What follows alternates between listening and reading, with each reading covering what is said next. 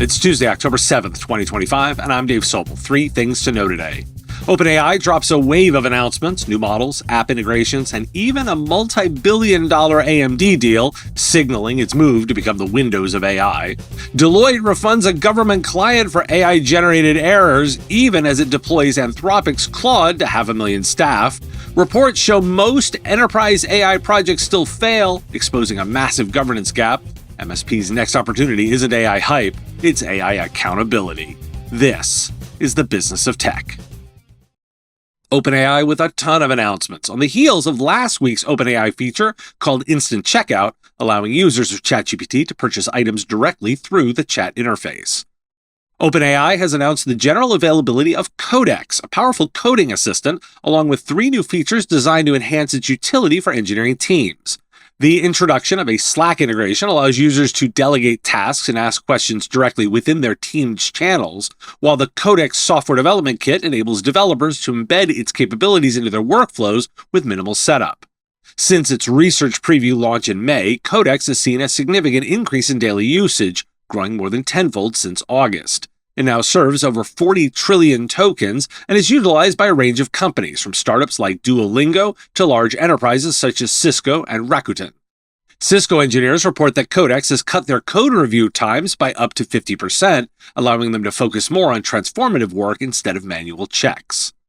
OpenAI has introduced a new Apps SDK that enables third-party applications to launch and operate directly within ChatGPT, allowing users to interact with services like Zillow, Canva, and Spotify without leaving the chat interface.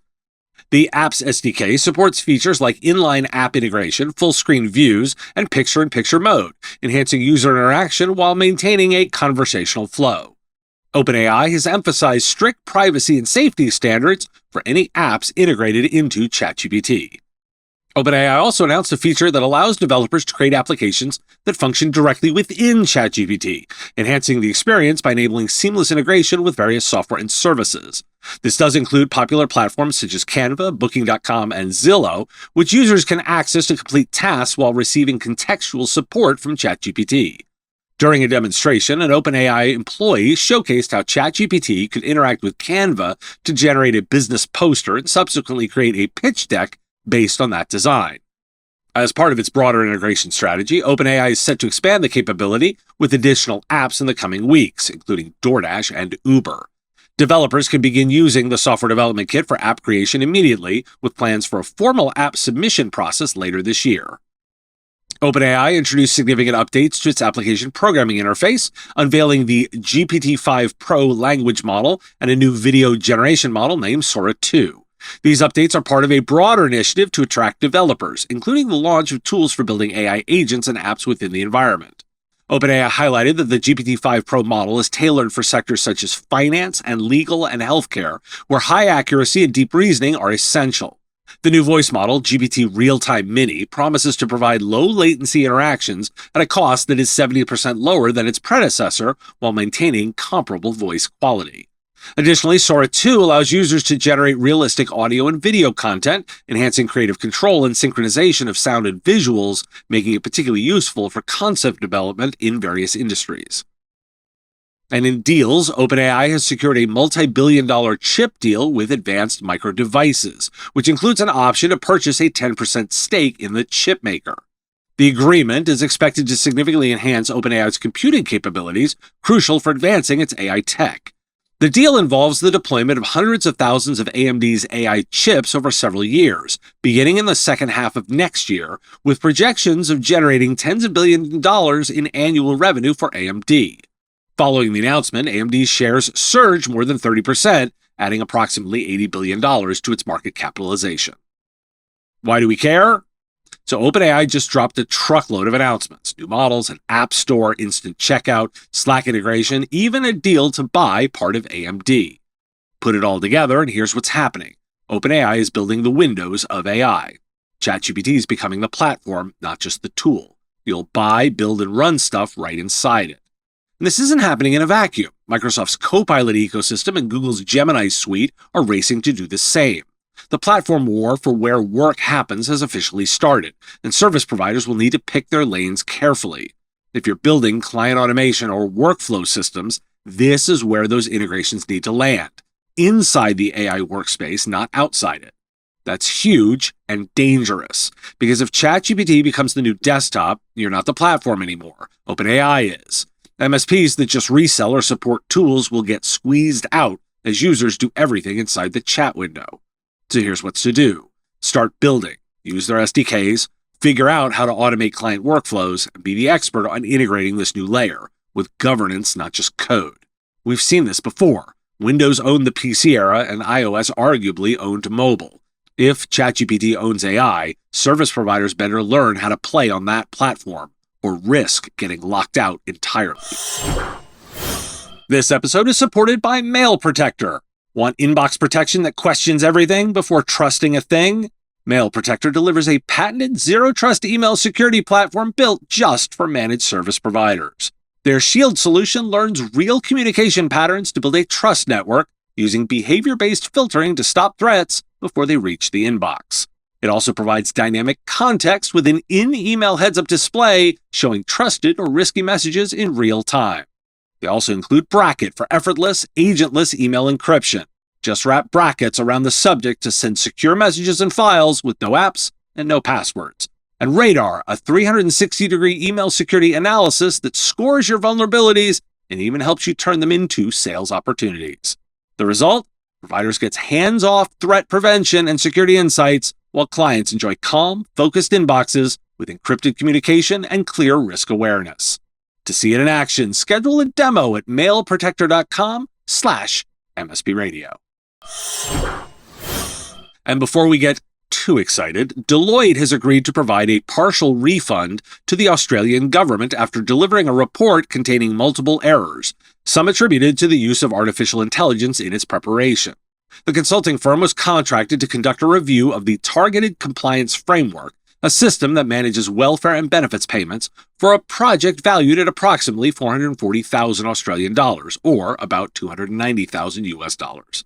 Following the report's publication in July, errors were identified, including fictitious references and a fabricated quote from a federal court judgment, as highlighted by Australian welfare academic Chris Rudge. In an updated report published by the Department of Employment and Workplace Relations, Deloitte acknowledged these mistakes and confirmed that the use of generative artificial intelligence was part of their methodology. Despite the errors, the changes did not alter the report's overall recommendations regarding the compliance framework.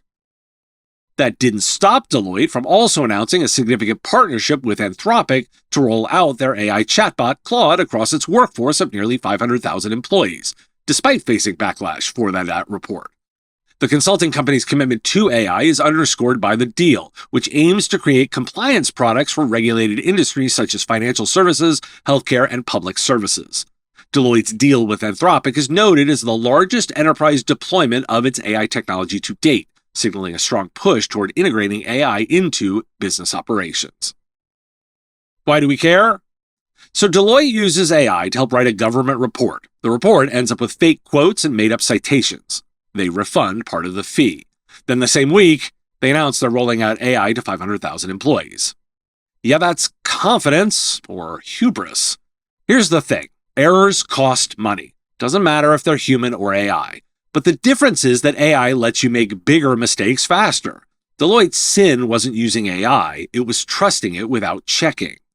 What makes this so striking is the timing. Deloitte's refund hit headlines the same week it rolled out Anthropic's Claude to 500,000 employees.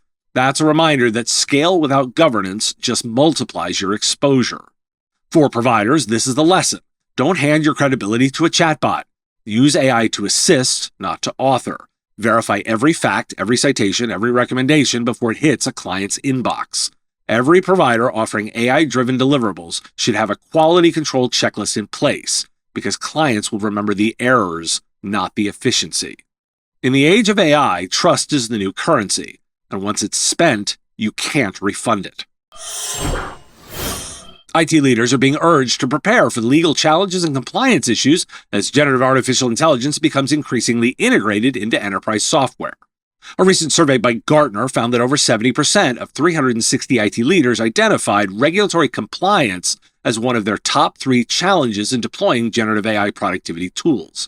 As generative AI rapidly evolves into a fundamental component of enterprise software, Gartner predicts that within the next 3 years, software products will predominantly feature this capability. However, only 23% of surveyed leaders express confidence in their organization's ability to manage security and governance when implementing the tools. VentureBeat discusses the challenges companies face in integrating successfully artificial intelligence into their operations, revealing that only 1% of business leaders believe their firms are truly mature in AI adoption. According to a report from McKinsey, despite widespread investment in AI, many organizations struggle to make AI fluency a foundational skill across their teams. Gartner predicts that over 40% of agentic AI projects will be canceled by 2027, highlighting the need for careful, strategic decisions in AI implementation. The article emphasizes the importance of fostering a culture of continuous growth, making AI education accessible across all levels of the organization, and establishing ethical guidelines to support responsible experimentation. Or, how about this one? A recent study by the International Data Corporation highlighted that 95% of enterprise use cases of artificial intelligence have been ineffective. The study found that a significant barrier to effective implementation is a widespread lack of trust in the technology, compounded by inadequate governance and insufficient data infrastructure. Despite these challenges, the adoption of artificial intelligence is on the rise, with 65% of surveyed organizations already utilizing AI and 32% planning to do so within the next year. Furthermore, the study noted an intriguing trend. While 2/3 of respondents expressed complete trust in artificial intelligence, only 40% have established necessary governance measures.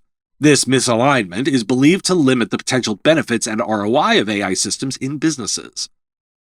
Andreessen Horowitz has released its first AI spending report, highlighting the top 50 AI-native applications companies that startups are investing in. The report, which utilizes transaction data from the fintech firm Mercury, shows that while major players like OpenAI and Anthropic dominate spending, there's a diverse range of tools being adopted, indicating that startups are still exploring various options rather than settling on a few dominant products. The data reveals that over 60% of the applications listed are horizontal tools, while 40% are vertical applications focusing on areas like sales, recruiting, and customer service.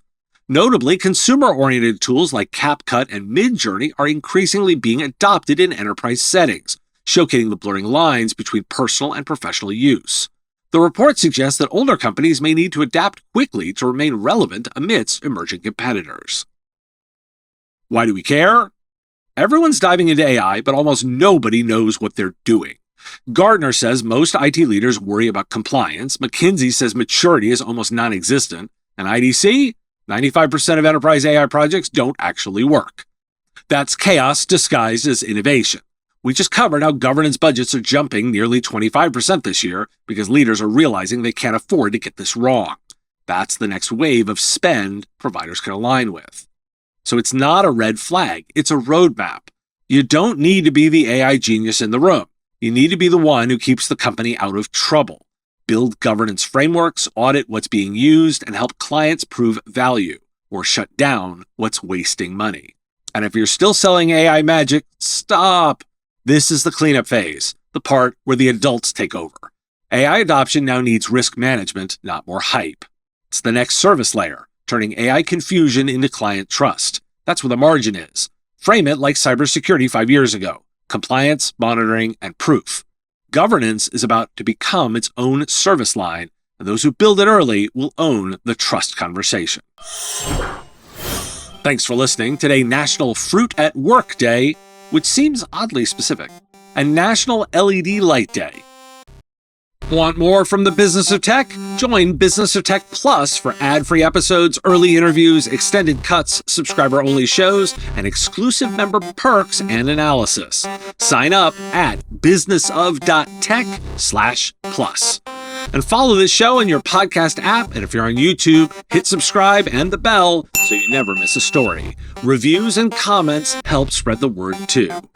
Interested in advertising? Head to mspradio.com/engage. The Business of Tech is written and produced by me, Dave Sobel, under ethics guidelines posted at businessof.tech. Thanks for listening. I'll see you on the next episode. part of the MSP Radio Network.